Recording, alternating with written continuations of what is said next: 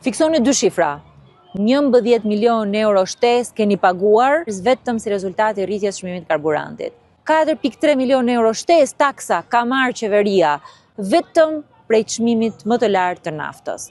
Këto 2 shifra në fakt tregojnë modelin ekonomik se si funksionon në Shqipëri, tregojnë binomin qeveri-oligarki, tregojnë se si pakica në këtë rast kompanit e karburanteve janë duke përfituar dhe nga kriza, se si qeveria është duke bërë biznes edhe me luftën.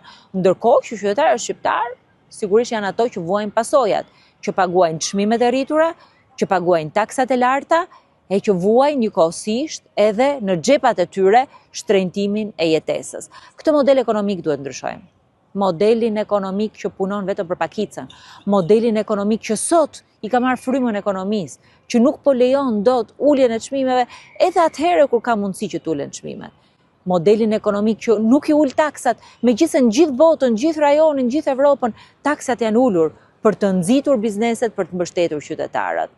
Kjo është qeveria e pakicës. Këtë duhet luftojmë, qeverinë e pakicës dhe modelin ekonomik të pakicës.